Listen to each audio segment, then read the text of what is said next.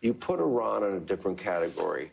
I keep reading and I talk to my sources. Well, they're religious zealots. It's different. Okay. I'll give you an example. Kim Jong-un. Yeah. When I came in, I met with Obama. Right there, we sat. And we talked. I said, what's the biggest threat? North Korea. You guys were yucking it up in the church service. Yeah, we were. Someday I'll tell you what we said. Someday you'll tell me. No, we had a nice time. But he said North Korea is the biggest thing. And I solved that problem. And I got along with him. He's not a religious zealot. Will you reach he out to happens him? to be a smart guy. Kim Jong-un is a smart guy. You'll reach out to him again. I will. And the only thing I've said about Iran, and I want them to have a great country. They have great potential. The people are amazing. The only thing I said about Iran, they can't have a nuclear weapon. And they are religious Will zealots. you discuss what? They are religious Do you zealots. trust them? There are ways that you can make it absolutely certain if you make a deal, a Trust certain but type of verify. a deal. And you have to verify times 10. Yeah. But they cannot have a nuclear weapon. And, you know, if they get one, you're going to have everyone else getting them, and then the whole thing is going to be a disaster.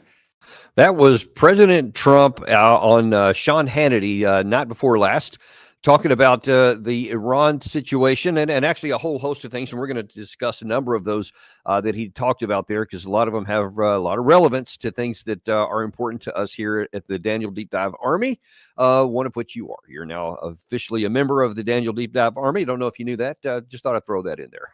But look, let's just take a look at what Trump said there, because it's potentially very, very important, because he said there that Iran cannot have a nuclear weapon. That begs the question, and how are you going to do that? Because one of the things that Trump has always ran on, really from his first term all the way through, was that he doesn't want any stupid wars. He wants to get out of wars. He said that in his inauguration speech. He wants to gauge success by the wars that he gets out of and the wars that he doesn't fight. He said that himself is one of his primary objectives. So we have to wonder, okay, when you make a declarative statement like that Iran won't or can't have a nuclear weapon, that implies some kind of enforcement mechanism. So we know that sanctions aren't going to work. With many people have already suggested that he go back to maximum pressure 2 on Iran, which was a key feature of the first one, which had disastrous consequences. There was the JCPOA, the so-called nuclear agreement that was in place when Trump assumed power in 2017, and in 2018 he got out of it. Since that time, the nuclear program for Iran has substantially expanded. So far, it's a nuclear power program, not a nuclear weapons program. According to the latest analysis of the CIA, still Iran has not made a decision to have a nuclear weapon, and they have not crossed the threshold of the number of key actions that would be required to move beyond nuclear power and move into nuclear weapons. But the question is going to be, how are you going to convince them to do that or how are you going to prevent them to do that if they take the step? Because then you're really reduced to one of a couple of things. Either they do get a nuclear weapon, or you use military force. And listen, everybody needs to be very clear on this, to include the president. If people have this idea that something along the lines of what we did with Bashar al-Assad in Syria while he was in power several times, I think 3 straight administrations used military weapons at one point. I think Obama, Trump, and then Biden at various times fired missiles into Syria. All kinds of allegations and reasons why they chose to do it, but they did it, and there was really no cost, because honestly, what is Syria going to do? We saw how weak they actually were when the Assad regime literally just disintegrated with the least little bit of pressure on an internal foe just a couple of months back. So there should be nobody's expectation, though, that that's what Iran would do. Iran is not Syria. They have substantial capacity to hit back. So if you launch some missiles in, and especially if you think you're going to destroy their nuclear program, the Iranians are very keenly aware of the capabilities of the United States and the West in general. And so they have built redundancy in their systems. They have taken significant precautions of moving some of it very deep underground, literally into the base of mountains in some cases. And they have it spread out in all different kinds of places. Many we know. It's possible there's some we don't. There's not as much of a chance of that, as at least not a big operation as you may think, because the IAEA, the UN agency, is actually still has, this is a surprise to many, still has some inspectors on the ground. They still have monitoring equipment, et cetera. So they have the capacity to find out if there's all of a sudden there's these nuclear signatures that you can detect if something starts to show up somewhere. And some things you just can't keep hidden, and they're always looking for that kind of stuff. So the chances exist, but it's not very high. Certainly not a big one. But the question comes that Trump has to grapple with: would you be willing to go to war against Iran to prevent them from having a nuclear weapon? And listen, we don't need to go down this path. Let me just categorically say this. So many people love to always hold the specter up of Iran and like they're this evil empire, and they want to destroy and wipe Israel off the map and all this kind of stuff. Listen, a little bit of honesty is probably appropriate here. Israel has, at least according to the late Jimmy Carter, about 200 nuclear weapons. That's what he publicly admitted one time. It's been an open secret. Everybody knows that Israel has nuclear weapons already. So they have the capacity to literally wipe Iran off the map, literally. And the Iranian side doesn't have the capacity. Iran can hurt Israel. And I think that the fact that Iran is very keenly aware that Israel has nuclear weapons is one of the reasons why they chose not to strike hard through their proxy Hezbollah during the Hezbollah war, in the active phase of it last year. Because I think that Israel almost certainly privately communicated to Tehran that if you use, overwhelm our Iron Dome systems, they've sling all those different layers of their air defense system. If you overwhelm those with thousands of rockets from Hezbollah in Lebanon, or if Iran were to really unleash its full missile capacity against Israel, that they would respond with nuclear weapons. And that clearly had a deterrent effect on Iran. So we need to understand that Iran is not going to launch off into weapons. If they wouldn't do it when they were literally physically attacked by Israel and their proxies almost wiped out and severely degraded, they're not going to launch a preemptive strike against Israel, because Israel can, whatever Iran could ever do, Israel could do 100 times over practically. So we don't need to worry so much about Iran doing that. And then on the conventional level, Iran also has shown how weak they are. Understand that. This is really important to understand. Iran militarily has shown how weak really are in the region because of how the Houthis have been harmed but not destroyed by Israel. The Hezbollah has been severely harmed but not destroyed by Israel. And the Hamas, of course, has been severely degraded, though not destroyed by Israel. So you see that, and Iran could do nothing to help any of them out. Without, other than supplying a few missiles, they can't keep them afloat. And so Iran has been very keen to protect itself and to keep itself out of the crosshairs of any Israeli attack, other than the two relatively small ones that have taken place so far.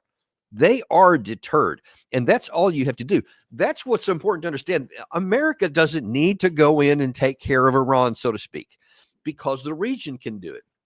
They have, remember, when we took down the Saddam Hussein regime, we actually took down one of the big balancing agents in the region against Iran. Well, that actually made it easier for Iran, because now they have a Shia regime in Baghdad, and so they're actually very friendly to it. The part of the Iraqi security forces are Iranian-backed militia.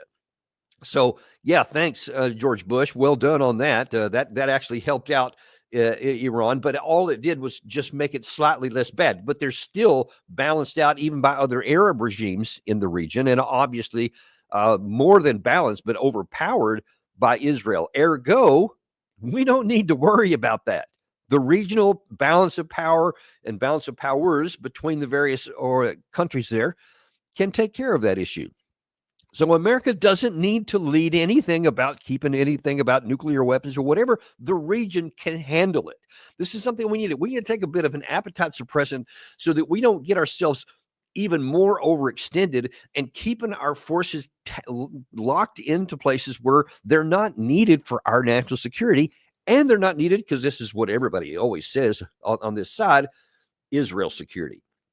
We can't withdraw our troops from Syria. We can't withdraw our troops from Qatar and Bahrain and all the other places in the Middle East that we have forces because it would leave little Israel alone. Well, Israel has shown militarily that it is more than capable of defending itself. And isn't that why we give $3 billion for more than a decade, have given $3 billion every single year to Israel so that they can build their own military capacity to defend themselves?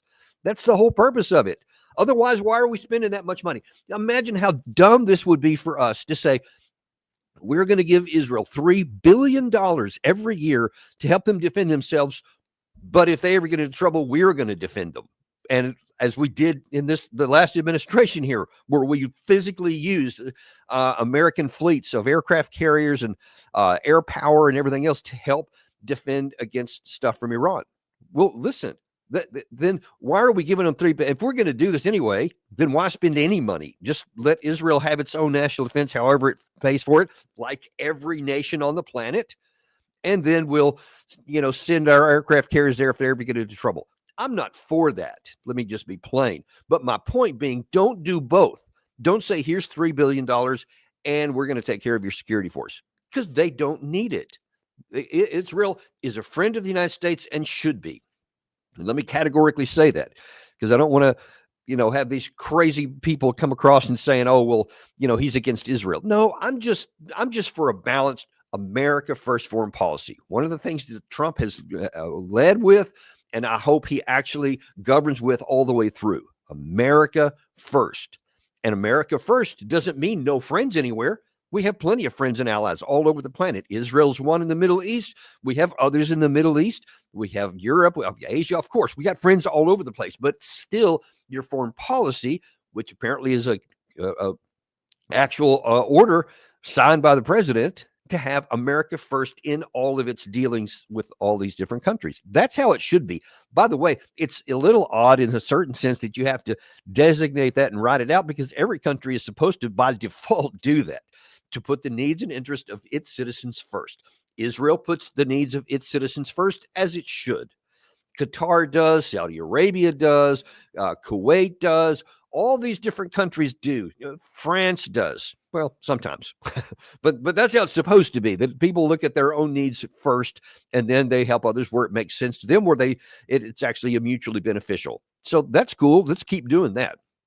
Let's just keep it in balance and not go, overboard with one country, Iran, when they are more than balanced out by other regimes in the region and definitely overpowered by Israel. Okay, so let's move on to the next one here. Trump also was talking about, in part of his conversation there with Sean Hannity, about his upcoming negotiations with Vladimir Putin. In this first clip here, we're going to look at, he's talking about the Putin aspect of this. Putin shouldn't have done it. He shouldn't have done it, and it has to stop. Do you know they've lost about 850,000 Russian soldiers and 700,000 Ukrainian soldiers? And the Ukraine has been devastated. Devastated. Will it be a negotiated settlement, and will you lead the negotiations? Well, I hope so. And I put out a truth today that's really strong, and I mean it. And if they don't do that, I'm going to put massive if tariffs. They don't do what? If they don't settle this war soon, like almost immediately, I'm going to put massive tariffs on Russia and massive taxes and also big sanctions. And I don't want to do that. I love the Russian people. They're great people. I don't want to do that, but we got to get this war ended. Okay, well, I'm all about, we have to get this war ended. I'm all about the negotiated settlement. I've obviously been talking about that since this war started. So good on the president for that. But we need to take a deep breath here, and we need to have a sober view of what is actually possible. We had Ambassador Freeman talking about this on our show yesterday, and he made a comment in there which I thought was fantastic, and the best, I guess, encapsulation of what is possible and what is not in here in nearly a single sentence. And he said, you can never win at the negotiating table what your side can't achieve on a battlefield. So if 3 years of war have shown that you can't defeat the Russian side, the Ukraine, with all of the help the West has given it, all of the ammunition, weapons, training, intelligence support, targeting, long-range weapons. I mean, all this stuff, none of it has been able to change the dynamics on the battlefield. Remember, up until even some of the latter part of 2024, you still had Zelensky talking a bunch of stuff about 1991 borders, that they were going to continue to fight until they win, et cetera. Less than a year ago. Now then, that has lessened off, though apparently some in Ukraine are still saying, all right, well, not the 1991, but the 2022 borders prior to the onset of this war. And folks, that's just not going to happen. And if you can't win that on the battlefield, if you can't make it happen with everything that we have given, and of course, the literally hundreds of thousands of Russian and Ukrainian lives that have been sacrificed in this attempt, you're not going to get it succeeded by a negotiating deal, but Donald Trump. See, Trump is implying here that I'm just going to put some economic pressure on you, and then Putin will go, okay, dang it. All right, well, I don't want this economic pain, so sure, we'll settle for something less than what we want. That's never going to happen. And I hope that whether it's Special Envoy General Kellogg, or National Security Advisor Waltz, or the Secretary of Defense, who, by the way, I think is going to be, they're actually having the vote on him today, so it could be Pete Hegseth later this afternoon, or Secretary of State Rubio. Hopefully all those people are advising the president, tell him the ground truth reality of what's true on the ground militarily, that Russia doesn't have to negotiate anything. And if Trump comes in thinking he's going to win at the negotiating table, something that they have failed through 3 years to win on the battlefield, then he's going to be setting himself up for disaster. And I think that that's something that's really, really important. And Trump is, at least at this point, seems to be going down that wrong path. He had a Truth Social post, I think it was 2 days ago, to where he basically said, hey, this is I'm giving you essentially an ultimatum. We can either do this the hard way or the easy way. And yeah, that's the one right there that we have used there. You see there at the end there, we can do it the easy way or the hard way. And it's always better to do it the easy way. And that didn't play well in Russia, I'll tell you. And in fact, a couple of reactions right away was one from one of the deputies in the Russian parliament, the Duma. He said, listen, we don't do well with those kinds of threats, and we don't need them. In fact, this I believe he was a retired major general, said, threatening us with ultimatums and scaring us with tariffs is just empty talk. If Trump decided to talk to Russia in the language of ultimatums, then he chooses an erroneous and dead-end strategy. Now, you might say, well, that's fine. That's expected. I mean, no one's going to say, sure, that's going to work against us. But as this analyst in the Russian, it's called Military Review, said a couple of things that really illuminate how the Russians are viewing this. And I think that the realities on the battlefield come closer to backing up this as being true than other views. This particular analyst says, judging by Trump's statements, he intends to convince Putin to make concessions on Ukraine using information about alleged problems in the Russian economy, threatening new sanctions like everything is very bad for you as it is, and it will get even worse. But here the American president is very much mistaken.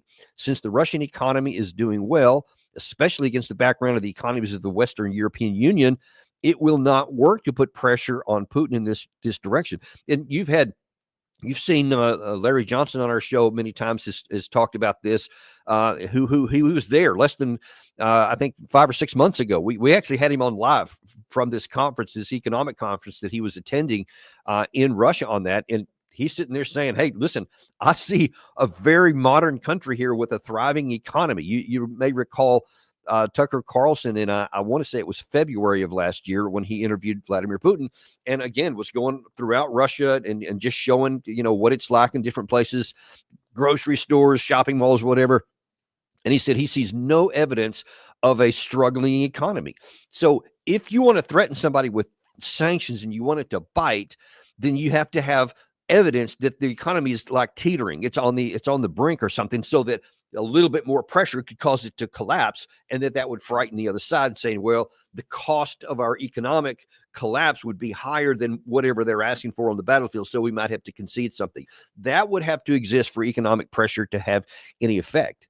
But goodness gracious, can anyone argue that everything under the sun has not been done economically with sanctions, and all of it has failed?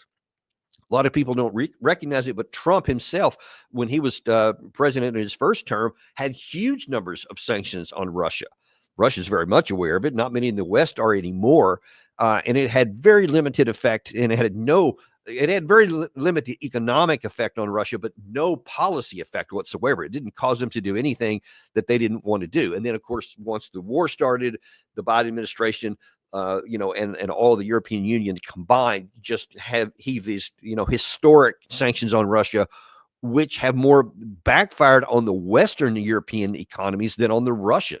It's caused more difficulty to that than it ever did to Russia, and obviously never, ever changed their policies. As a result of all that, the Russians have retooled their economy, redirected where their focus was on economic opportunities now to other places which are nearly sanction proof. So it's a laughable threat for the Ukraine side, for the Russian side, about Trump coming in thinking he's going to get Putin to actually negotiate away any of his territorial gains or any of the things that he wants on the ground in order to get this sanctions relief or fear of more sanctions taken off the table. And going back to that military review, that analysis said for Putin, the true goal is to secure a friendly Ukraine, which they define as being neutral and non-aligned and denazified, however they define that. That's how they define a friendly Ukraine.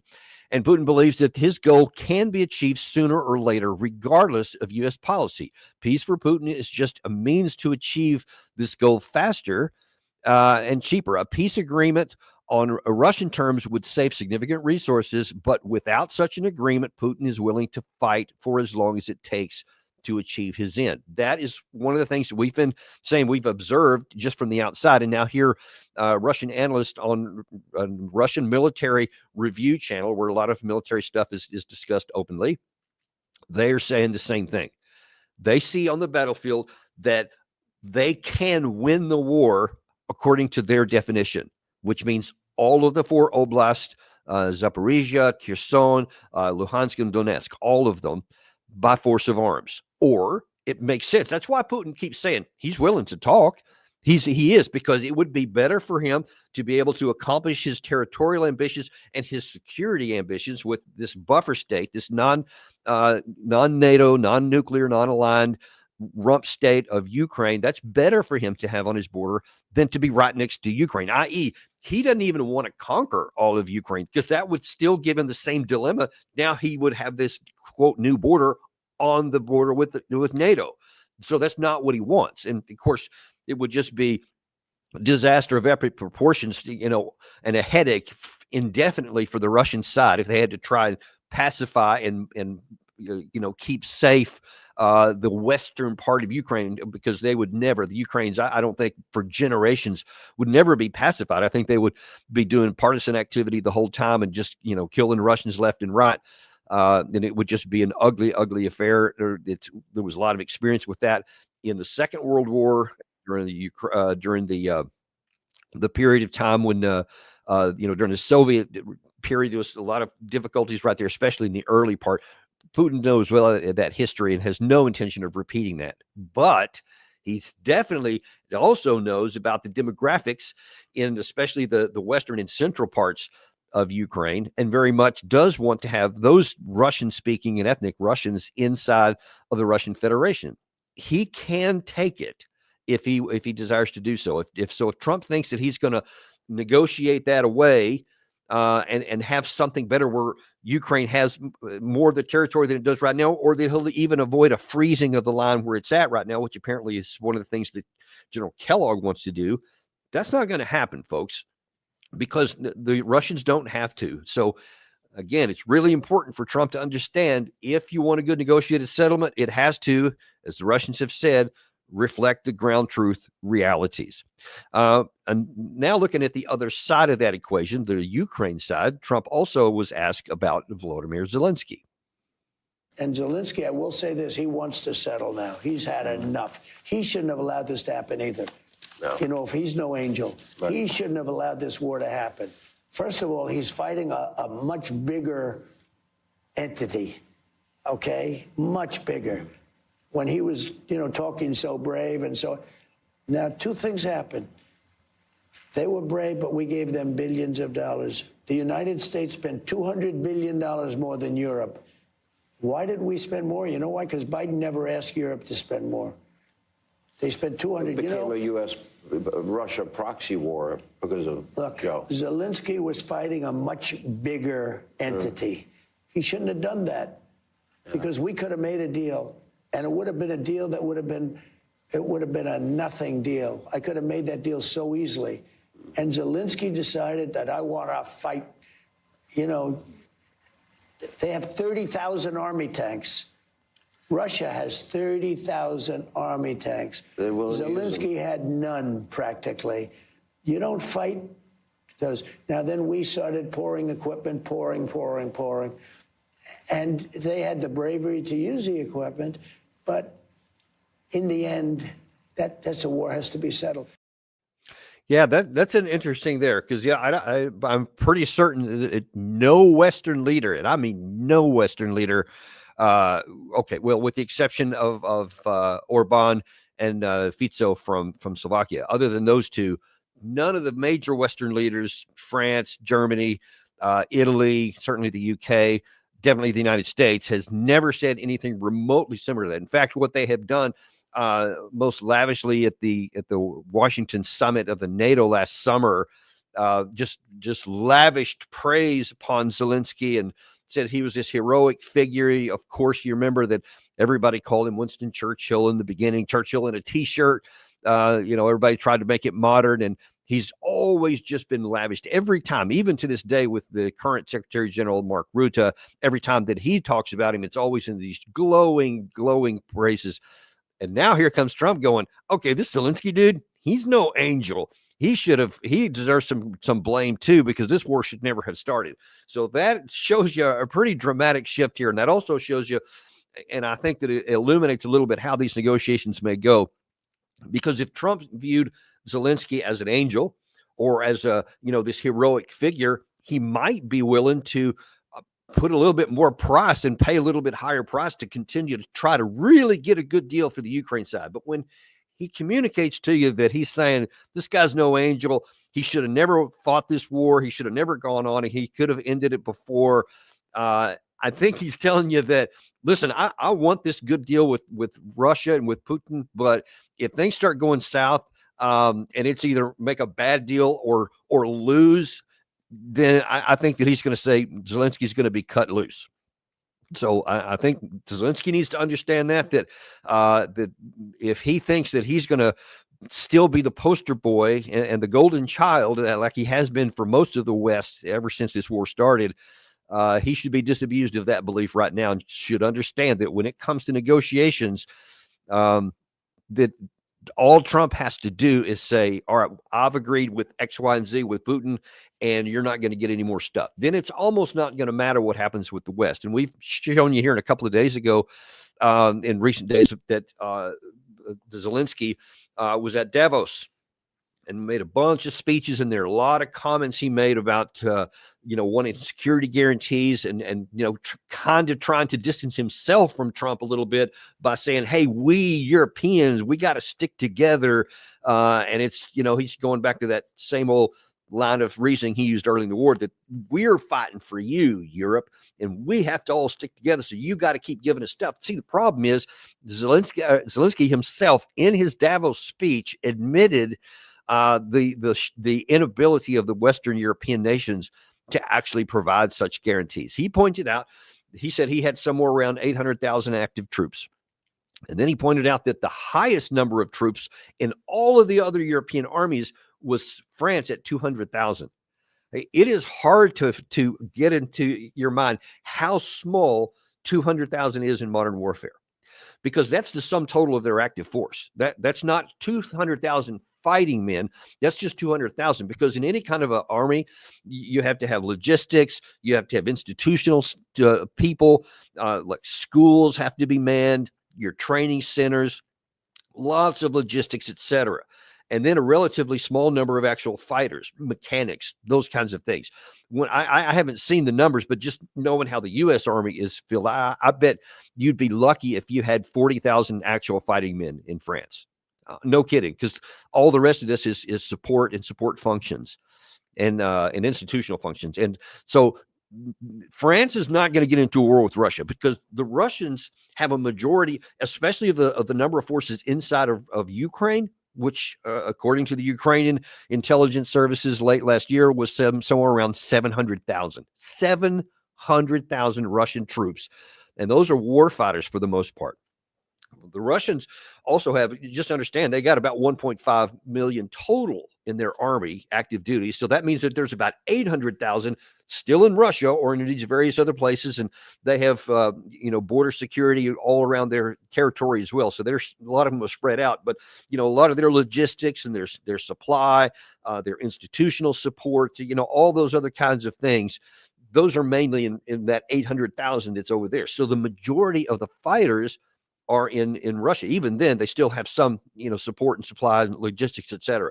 But I bet you could have upwards of 450,000 actual fighting men, and nobody else in the entire Europe can match that. So they're not going to give. Well, number one, nobody in Europe is actually going to go to war with Russia, because they know that the chance of it going nuclear is very high. No one wants to risk that. No one wants to risk their troops.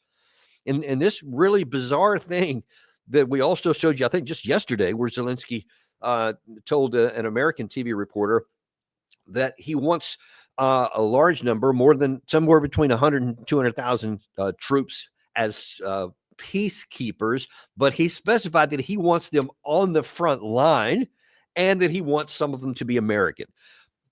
Fair enough if that's what you want, but gracious, that's never going to happen. I mean, you hear Trump, what I just showed you with him saying, and he's not going down that path of even, giving you a good negotiated settlement or risking much on your behalf. He certainly is not going to put American troops on the ground.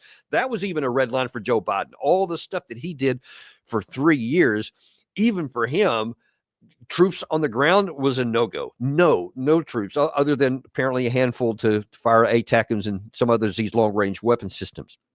Some small number is even there. But in terms of peacekeeping forces on the front line against Russia, no, because he knows that it would be a revolt in the United States against him if he had ever thought about doing something. Trump has even less incentive to do so, and frankly, flatly, is not going to do so. So that just kind of shows you really where Trump is when he's heading into this negotiated position here with Vladimir Putin.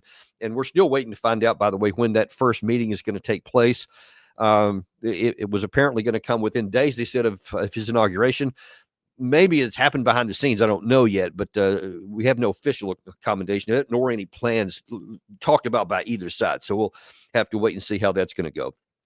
Let's see. The next thing he talked about was, one other interesting things he talked about was that there's going to be a denuclearization. Now, when he first used this term, I actually thought he must have been talking about North Korea, because I know that there had been some discussion about North Korea. But no, he's talking about the United States and Russia and China. So this is really a kind of coming out of nowhere, because at all the time during his running for president and his campaign and all this, and since the time he got elected, he's not said anything about denuclearization. So he kind of dropped this big bombshell recently, and here's how he said it to Fox News. I was dealing at the very end, I was dealing with Putin about the denuclearization of Russia and the United States.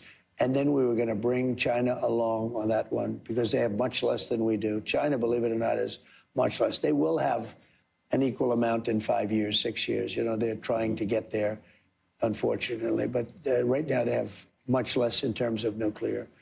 I was very close to having a deal. I would have made a deal with Putin on that denuclearization.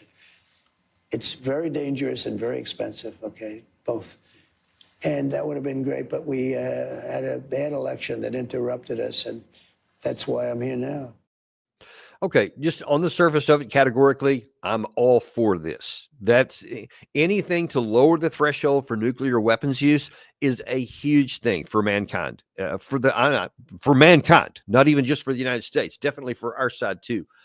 So if President Trump wants to go down a path of saying, "Hey, I want to look at, nuclear weapons reduction plans," there's still some talk about a new START treaty, or an updated one, or a continuation of something that had been mothballed for a long time. Anybody's talking about that, I am all for it. But we also need to keep, a sober view on this, because he mentioned in there that China's on a nuclear weapons buildup. By 2030, they want to have 1,000 serviceable nuclear warheads. We have somewhere around 5,000 something. The Russians have somewhere around 5,000 something. A bunch. Now I'm talking about operational. Quite a bit more in storage and could be used, but that's really kind of irrelevant. Once you get past just a handful of nuclear weapons, 30, 40, it becomes superfluous and irrelevant, frankly, because if you use that many nuclear weapons, then you've got that many or more coming back in your direction, and life as you know it will be over. So it doesn't really matter whether. I think China, last I saw, had 300, and they were moving to make that higher. If they get all the way to 1,000, 1,000, 5,000 doesn't make any difference. It's catastrophic, and it would be so for any nation that ever sought to use them. The whole mutually assured destruction theory is still fully engaged, and it will be. That's why it is so crucial to back down from this. We know from the last FBI or CIA director, Bill Burns, admitted publicly that the Russians were close to using tactical nuclear weapons in 2022 when they were suffering some setbacks on the battlefield. That's inside Ukraine. If they ever felt an existential threat to their actual territory, then again, the chance would be high that they would use it, as it would be for the West. If Russia ever crossed any red lines, and if they used any nuclear weapons, if they were to attack conventionally across into NATO, the chance would be very high that they would use them, as opposed to allowing themselves to ever be defeated. That's why they have nuclear weapons, to deter great powers from doing things on the battlefield. So anything we can do to reduce the number of the weapons, to reduce the propensity to use them, to lower the threshold doctrinally of their employment, those are all great things. But gracious folks, I mean, right now with this whole war in Ukraine going on, all this friction, and you have so many in the West talking about how, well, I think that there could be a war with Russia in 5 to 8 years, so we're on a big military buildup, and Russian, especially on the hawkish side within their government, within their Politburo and the Kremlin, they're saying the same thing. They say that we see what these guys in the West are doing. We also have to have a military buildup, and because we could be fighting them, etc. That makes the risk even beyond this Russia-Ukraine war.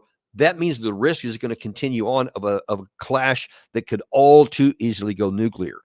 So, yes, we need to keep going down that path, but we have to be very, very careful about how we conduct ourselves, because it's not just you can't have a nuclear negotiation to reduce threat while you're simultaneously building up your conventional forces and pointing a finger at the other side and saying, yes, we have to get ready for a war with them, because those things are inextricable. They have to both be done in tandem, or neither one of them are going to be done. Then we're just going to continue having a buildup in both cases. Russians building up their nuclear stockpile. We are modernizing ours and building ours up as well. China, of course, as I said.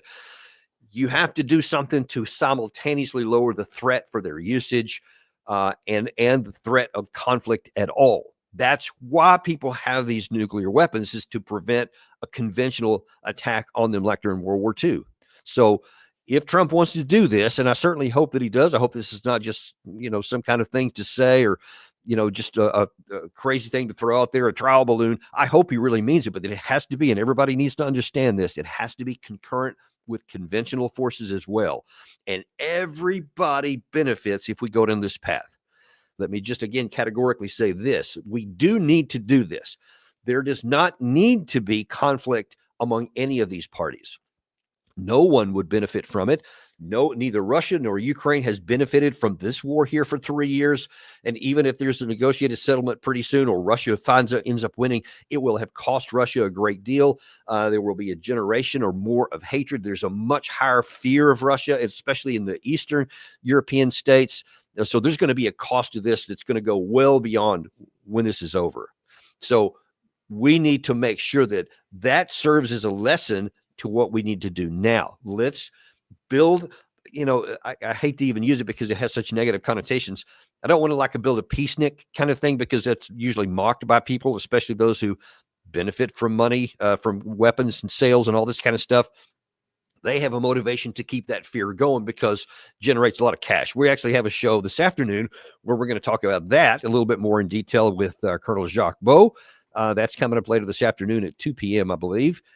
So you're not going to want to miss that one. But that is an inhibition and a roadblock to get peace and to lower the threat of both conventional and nuclear weapons, because a lot of people, frankly, make money on keeping that fear alive. But I want to keep us alive. I don't want to keep the fear alive. I want to keep us alive. I want to keep us in a world where there's peace and security and opportunity to prosper, and good neighborly relations into the future become possible. There's no reason why we can't be good friends with China, why we can't be good friends. Well, okay, during my lifetime, probably good friends with Russia is probably not going to be achievable in the West, but normal, stable relations very much is possible, even in our generation. It can happen if we have leaders with the right vision and the willingness to provide leadership to get us there.